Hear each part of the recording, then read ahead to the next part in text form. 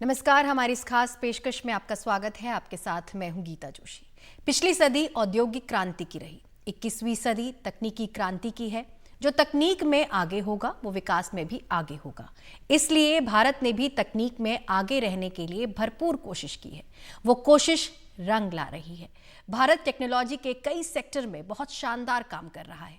जब देश चुनावी मोड़ पर खड़ा है तो सवाल है कि क्या ये टेक राष्ट्रवाद चुनावी लाभ का भी सबब बन सकता है। इसको समझने के लिए देखिए हमारा एक खास कार्यक्रम।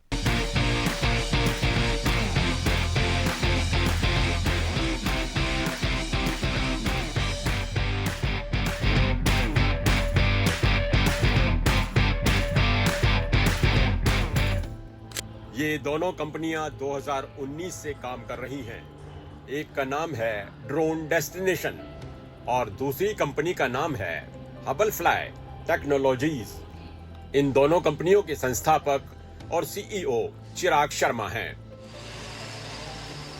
इनमें ड्रोन डेस्टिनेशन ड्रोन की ट्रेनिंग और सर्विसेज देने का काम करती है। इसे Directorate General of Civil Aviation DGCA से मान्यता प्राप्त है और ये एक लिस्टेड कंपनी है।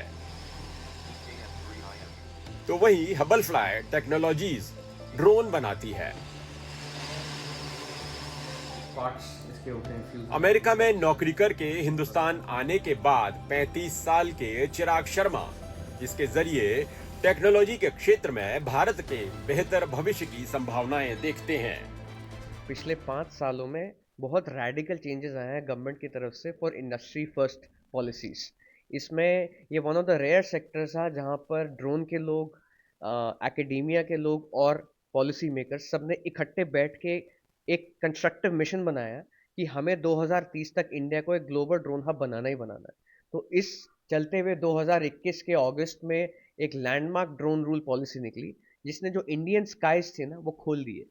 उससे पहले तक इंडिया में ड्रोन उड़ाना अपने आप में बहुत बड़ी चुनौती होती थी क्योंकि 80% से ऊपर जो कंट्री थी वो रेड जोन में कहलाई जाती थी। तो आपको बहुत सारी परमिशंस भिन्न भिन्न तरीके की जगह जाकर लेनी पड़ती थी।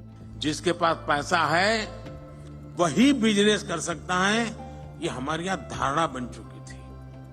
प्रधानमंत्री नरेंद्र मोदी बहुत पहले ही कह चुके हैं कि वो भारतीय नौजवानों को नौकरी मांगने वाला नहीं बल्कि नौकरी देने वाला बनाना चाहते हैं। देश के नौजवानों ने जॉब सीकर से ज्यादा जॉब क्रिएटर बनने का रास्ता चुना है।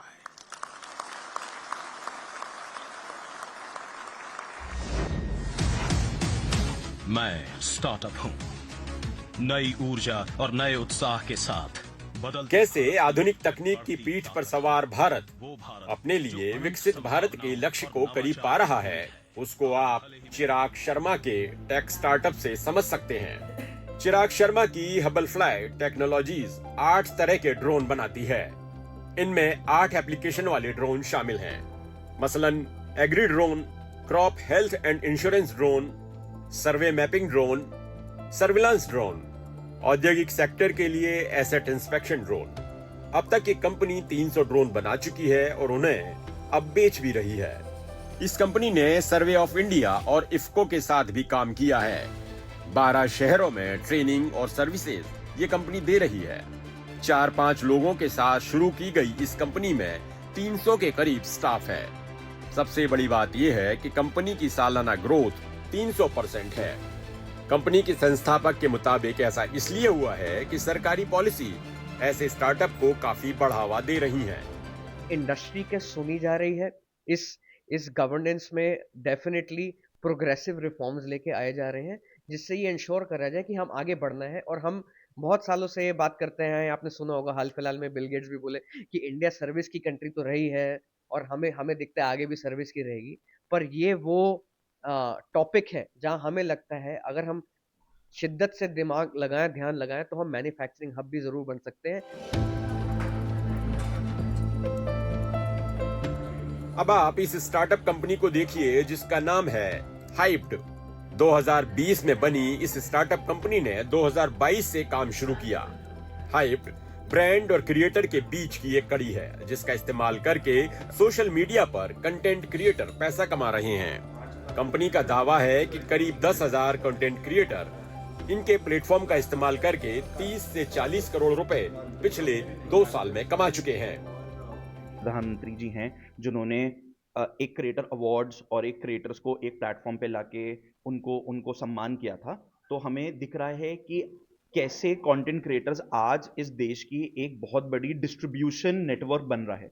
अब इस डिस्ट्रीब्यूशन नेटवर्क के अंदर क्या हो रहा है कि अगले 5 साल में ऑलमोस्ट 100 मिलियन कंटेंट क्रिएटर्स आने वाले हैं। जैसा कि अक्षय जी ने बताया कि इंटरनेट का पेनिट्रेशन इतना ज़्यादा है कि हर इंसान को आज, चाहे वो टियर 2 सिटी से हो, टियर 3 सिटी से हो, चाहे वो अपनी मातृभाषा में बात करना ज़्यादा जानता हो, ना कि हिंदी इंग्लिश, आज उसके लिए भी एक प्लेटफॉर्म है जहाँ पर अपनी बात, अपनी चीज़ों को रख सकता है। आपने देखा है कि कैसे हमारे देव स्थलों पे एकदम से बहुत ज़्यादा लोगों का आवागमन बढ़ गया है। हम कंटेंट क्रिएटर्स जिस अच्छे खाने की दुकान के बारे में बात कर देते हैं, उनके यहाँ भीड़ बढ़ जाती है। तो इस सबसे एक इकोनॉमी बढ़ रही है, लोगों की स्पेंडिंग पावर बढ़ रही है।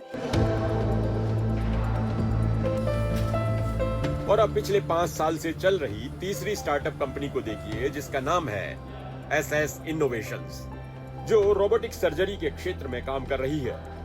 ये कंपनी भारत में बने रोबोटिक सिस्टम SSI मंत्रा को चलाती है, जिसके जरिए 600 से ज्यादा ऑपरेशन किए गए हैं। वहीं स्टार्टअप टेक कंपनी ने SSI माया को भी बनाया है, जिसके जरिए कहीं दूर बैठे सर्जरी को देखा ही नहीं जा सकता, बल्कि दुनिया में कहीं भी बैठे बैठे कहीं दूर से ही सर्जरी को अंजाम भी दिया जा सकता है।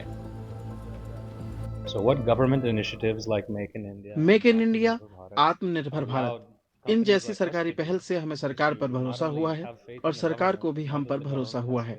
इससे देश के लिए हम सकारात्मक बदलाव ला सकते हैं। हमारी मंत्र प्रणाली सिर्फ भारत के लिए ही नहीं बल्कि पूरे विश्व के लिए है। is made in India, not only for India but for the world. नई नई तकनीक पर आधारित ये स्टार्टअप कंपनियां इस बात की झलक दिखाती हैं कि भारत कैसे टेक्नोलॉजी के क्षेत्र में बढ़त ले रहा है। नई तकनीक के मामले में जिस अमेरिका की तूती बोलती है, उस अमेरिका के साथ भारत ने 2 साल पहले US इंडिया ICET लॉन्च किया। पिछले साल जून में ही क्वांटम समन्वयक तंत्र, दूरसंचार, आर्टिफिशियल इंटेलिजेंस और अंतरिक्ष पर समझौते हुए, साथ ही सेमीकंडक्टर सप्लाई चेन पर भी एक समझौता हुआ। उसके बाद भारत इस दिशा में और भी आगे बढ़ चुका है। इसी साल मार्च में प्रधानमंत्री नरेंद्र मोदी ने सेमीकंडक्टर बनाने वाली 3 परियोजनाओं का उद्घाटन किया। इनमें Tata PSMC chip foundry, Tata OSAT सुविधा और CG पावर रेनेसां शामिल हैं। इन तीनों परियोजनाओं में 1.25 लाख करोड़ रुपए से ज्यादा रकम का निवेश हुआ है। दरअसल भारत अब तक सेमीकंडक्टर के मामले में चीन और दूसरे देशों पर निर्भर था, लेकिन अब उम्मीद है कि भारत जल्द ही दूसरे देशों को सेमीकंडक्टर का निर्यात कर पाएगा और खुद मोबाइल फोन से लेकर दूसरे गैजेट्स के मामले में आत्मनिर्भर होगा। टेक्नोलॉजी के माध्यम से भारत में किस प्रकार से प्रगति हो सकती है और स्टार्टअप की दुनिया में आजकल जो हमारे नौजवान रुचि ले रहे हैं, और मैंने देखा है हर कोई साहस भी करता है और सफल भी होता है। तकनीक के क्षेत्र में भारत की तरक्की का आलम यह है कि एक तरफ जहां 5G अपनाते हुए भारत अब 6G तकनीक की तरफ देख रहा है, वहीं स्वास्थ्य, कृषि से लेकर शिक्षा तक के क्षेत्र में आर्टिफिशियल इंटेलिजेंस का भरपूर इस्तेमाल होने लगा है।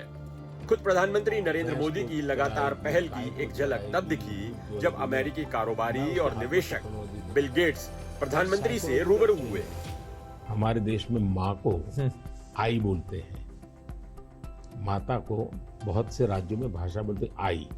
अब मैं कहता हूँ हमारे यहाँ बच्चा पैदा होता है तो आई भी बोलता है, AI भी बोलता है। वो इतना एडवांस हो गया है। प्रधानमंत्री नरेंद्र मोदी को यकीन है कि आर्टिफिशियल इंटेलिजेंस का बढ़ता दायरा चौथी औद्योगिक क्रांति का सबब बन सकता है और उससे भारत को बहुत कुछ फायदा होगा। हालांकि उसके साथ ही PM मोदी आर्टिफिशियल इंटेलिजेंस के दुरुपयोग और डीप फेक के खतरे से भी चिंतित हैं।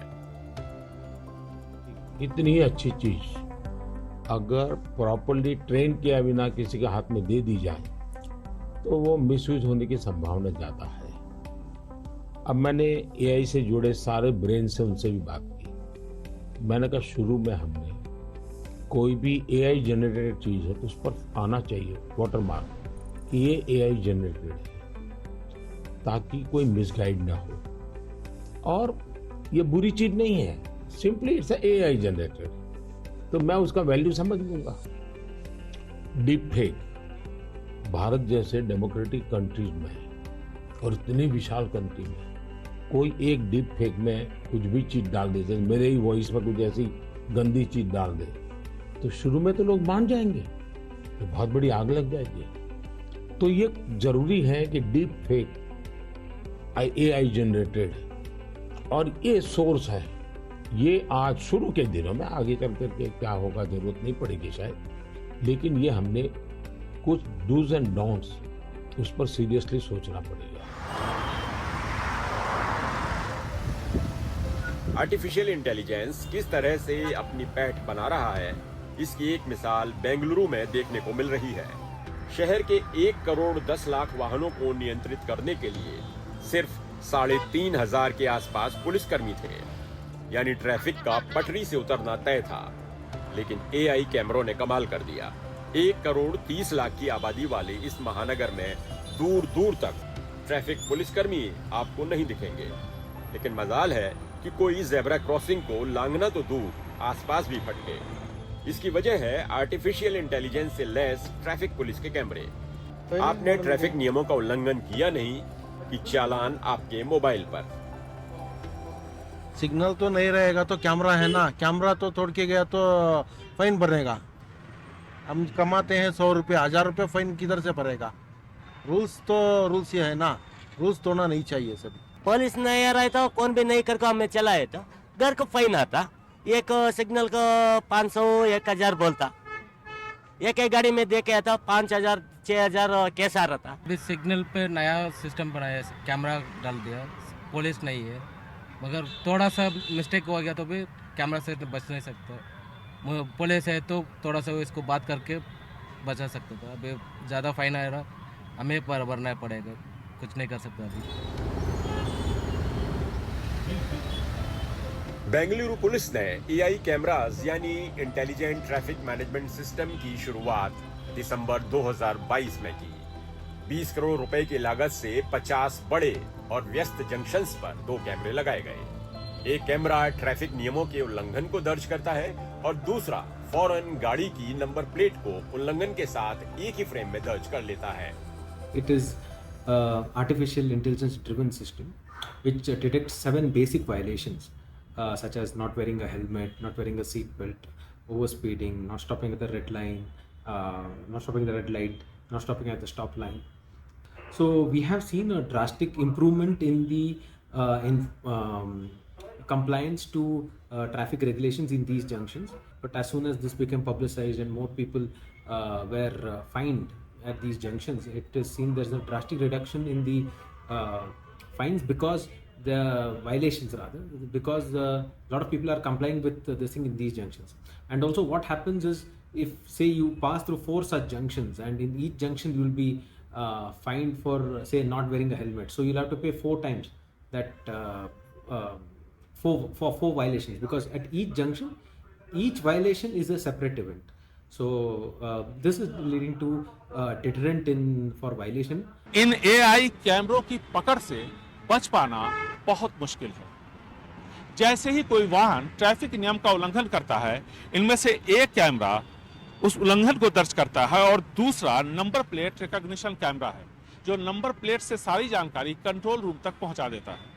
और ये कैमरे दिन और रात 24 घंटे एक ही जैसे काम करते हैं। एआई के नए कॉन्सेप्ट से आगे और भी कई तकनीकी क्षेत्रों में भारत का बेहतर प्रदर्शन दिख रहा है। आज भारत दुनिया में तीसरे नंबर का फार्मा सेक्टर है, वहीं आईटी प्रोडक्ट्स के मामले में टॉप निर्यातक है। 2023 में जहां बायोटेक्नोलॉजी सेक्टर $120 बिलियन का था, उसके 2025 तक $150 बिलियन तक पहुंचने के आसार हैं।